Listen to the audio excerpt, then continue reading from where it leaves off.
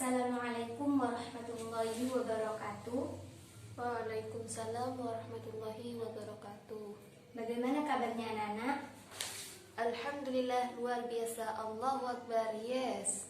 Baik, alangkah baiknya sebelum pembelajaran kali ini dimulai, marilah kita awali pembelajaran hari ini dengan membaca doa bersama-sama. Bismillahirrahmanirrahim. Raditu billahi rabba wa bil islami dina wa bi Muhammadin nabiyya wa rasulah. Rabbi zidni ilma warzuqni fahma. Amin ya rabbal alamin. Baik, pada hari ini kita akan belajar mengenai ibadah umroh. Pada pembelajaran sebelumnya kita sudah mempelajari apa itu ibadah haji. Di sini sebelum kita belajar mengenai ibadah umroh, ibu akan bertanya terlebih dahulu mengenai materi sebelumnya. Ada berapa sih rukun dari ibadah haji itu sendiri? Ada 6. Oke, sebutkan. 1. Ihram disertai dengan niat. 2. Wukuf. 3. Tawaf. 4. Sa'i. 5. Tahallul. Dan 6. tertib. Oke, terima kasih. Itu merupakan rukun dari ibadah haji, yang mana apabila salah satu rukun itu tidak dikerjakan, maka hukum hajinya adalah tidak sah. Baik, untuk pembelajaran kali ini kita akan belajar mengenai ibadah umroh.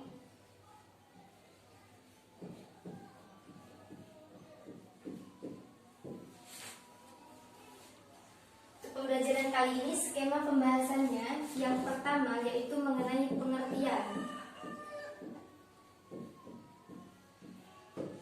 Yang kedua yaitu syarat wajibnya umroh. Syarat wajib umroh.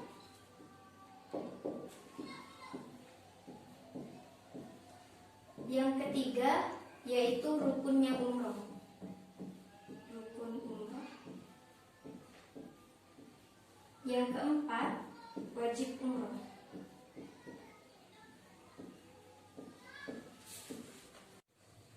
Baik, untuk pembahasan yang pertama yaitu mengenai pengertian dari umroh.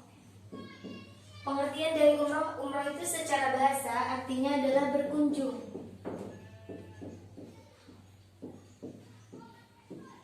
Sedangkan secara istilah, umroh adalah berkunjung ke Ka'bah atau Baitullah dengan melaksanakan tawaf dan sa'i dalam waktu yang tidak ditentukan. Dan hukum dari ibadah umroh ini adalah fardu ain, sebagaimana firman Allah dalam Quran surah Al-Baqarah ayat 196. Al-Baqarah 196 yang berbunyi,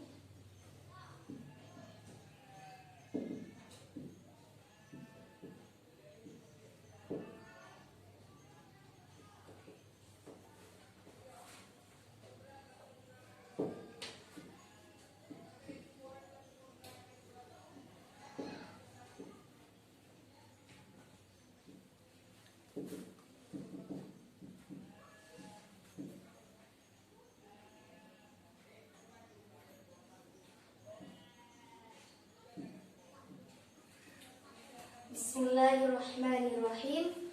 Wa atimmul hajja wal umrata lillah. Yang mana artinya adalah, dan sempurnakanlah ibadah haji dan umroh dikarenakan Allah. Sehingga di sini ibadah umroh juga disebut dengan ibadah haji kecil. Karena pelaksanaan ibadah umroh dan ibadah haji itu tidak jauh berbeda, akan tetapi pelaksanaan ibadah umroh itu lebih sederhana dibandingkan dengan pelaksanaan ibadah haji. Untuk yang kedua yaitu syarat wajib umroh.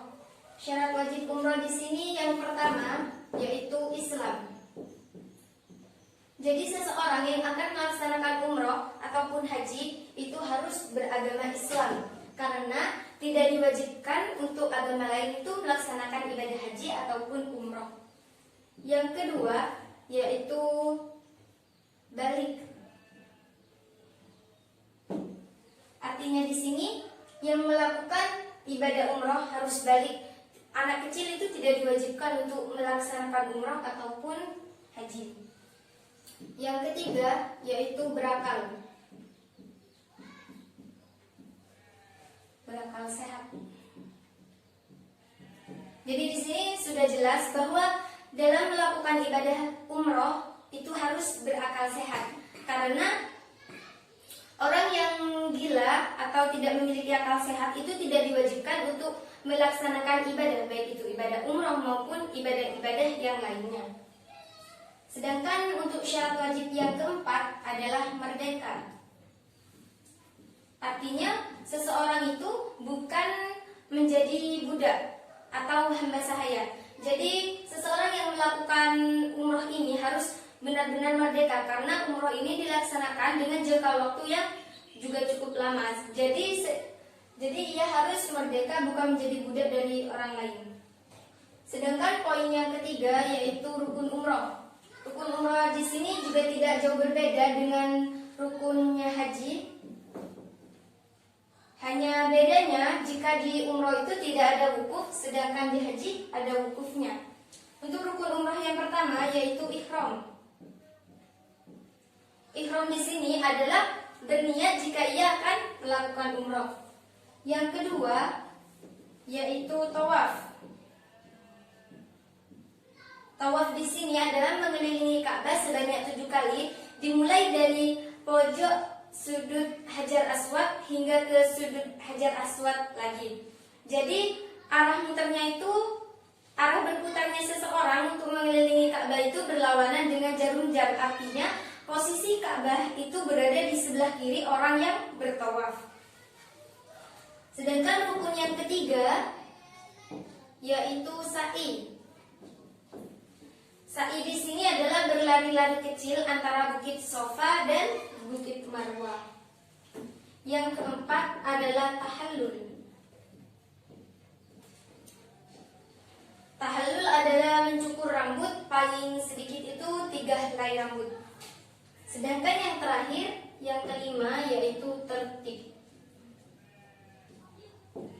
Tertib di sini adalah berurutan, yaitu mulai dari yang rukun yang pertama, kedua, ketiga, keempat, dan seterusnya. Itu.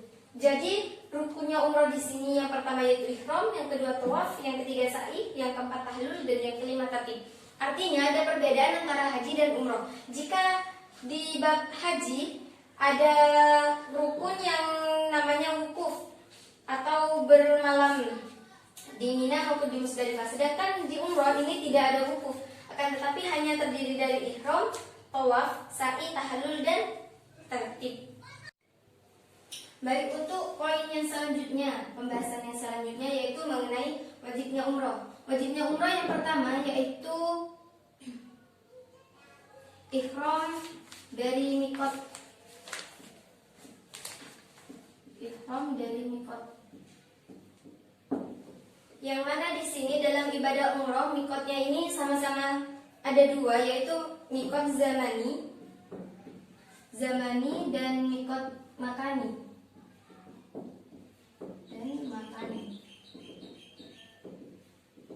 Artinya mikot zamani di sini adalah jika ibadah umroh waktunya itu adalah sepanjang tahun, mau itu bulan Muharram, Safar, terserah dari seseorang yang akan melaksanakan ibadah umroh sendiri.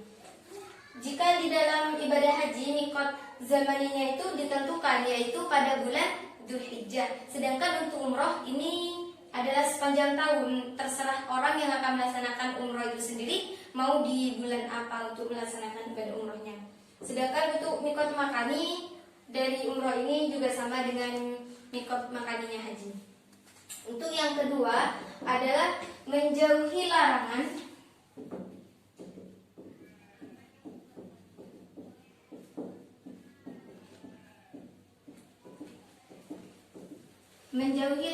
yang telah ditentukan di dalam larangan haji.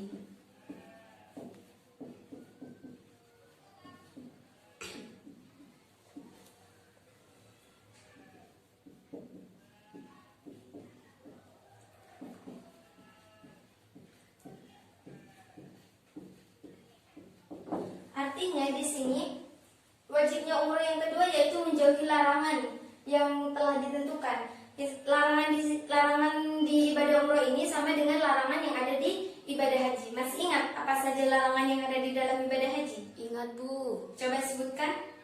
larangan bagi laki-laki dan perempuan di haji, yaitu tidak boleh memakai wangi-wangian baik di pakaian, pada badan atau pada pakaian. 2, yaitu tidak boleh menghilangkan rambut atau bulu badan yang lain.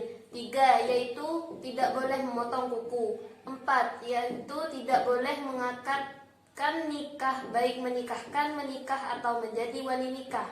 5, yaitu tidak boleh bersetubuh bagi suami istri. 6, yaitu tidak boleh berburu dan membunuh binatang darat yang liar dan halal dimakan. Baik, itu merupakan larangan dari ibadah haji, dan larangan dari ibadah umroh ini juga sama dengan ibadah haji.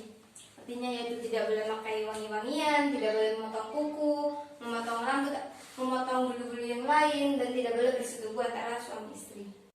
Baik, untuk pembahasan yang selanjutnya yaitu mengenai hikmah dari haji dan umroh.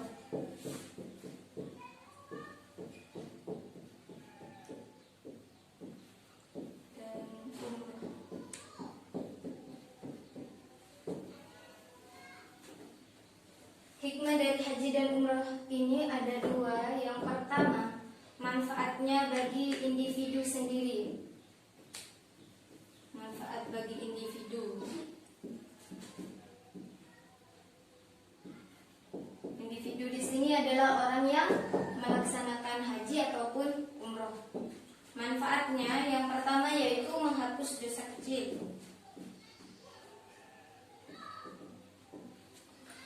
Menghapus dosa kecil. Yang kedua, diampuni segala dosanya. Diampuni segala dosanya.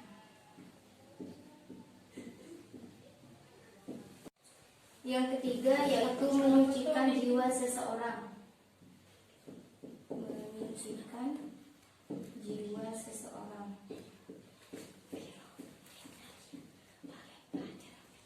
Yang keempat yaitu meningkatkan keimanan.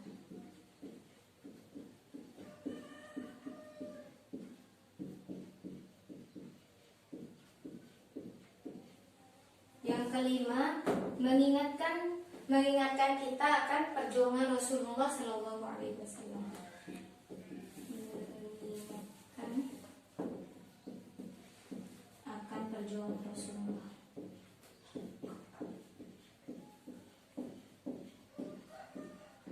Perjuangan Rasulullah. Yang keenam, melatih sifat sabar dan disiplin. Sifat sabar dan disiplin. Artinya baik itu mau melaksanakan ibadah haji ataupun umroh, itu hikmahnya bagi diri kita sendiri adalah melatih sifat sabar dan disiplin. Artinya dalam melakukan semua rangkaiannya kita harus tetap sabar dan disiplin untuk mengatur waktunya agar tidak ketinggalan sedikit pun. Karena jika ada salah satu rukun yang tidak dikerjakan, maka ibadah yang kita lakukan itu tidak akan sah. Sedangkan yang ketujuh adalah mensyukuri nikmat. Mensyukuri nikmat. Artinya dari kita melaksanakan baik itu ibadah haji ataupun umroh, hikmah yang kita dapat itu adalah mampu mensyukuri nikmat yang telah Allah berikan kepada kita, sehingga kita mampu melaksanakan baik itu ibadah haji ataupun ibadah umroh. Mungkin sekian pembelajaran hari ini, kurang lebihnya mohon maaf. Jika dari materi yang sudah Ibu jelaskan tadi ada yang tidak kalian pahami, kalian bisa tanyakan secara langsung ataupun via WA dan media sosial yang lainnya. Tetap semangat dan belajar. Kita akan bertemu lagi di pembelajaran selanjutnya, yaitu mengenai bab kehadiran Islam mendamaikan bumi Nusantara. Jangan lupa tugasnya dikerjakan. Jaga iman, jaga imun, dan tetap patuhi protokol kesehatan. Selamat berjuang, semangat belajar, dan semangat meraih impian. Karena sukses butuh yang namanya perjuangan, sukses butuh yang namanya kesabaran, sukses butuh yang namanya pengorbanan. Tidak ada orang sukses yang hanya berdiam diri di tempat dan hanya berada di atas kasur. Tapi orang sukses adalah orang yang berani bangkit, orang yang berani bangun untuk mewujudkan mimpinya. Mungkin sekian yang dapat Ibu sampaikan. Semoga apa yang Ibu sampaikan bisa bermanfaat untuk kalian. Kita akhiri pembelajaran hari ini dengan doa akhir majelis. Bismillahirrahmanirrahim. Subhanakallahumma wa bihamdika asyhadu an la ilaha illa anta astaghfiruka wa atubu ilaik. Walhamdulillahi rabbil alamin. Kurang lebihnya mohon maaf. Assalamualaikum warahmatullahi wabarakatuh. Waalaikumsalam warahmatullahi wabarakatuh.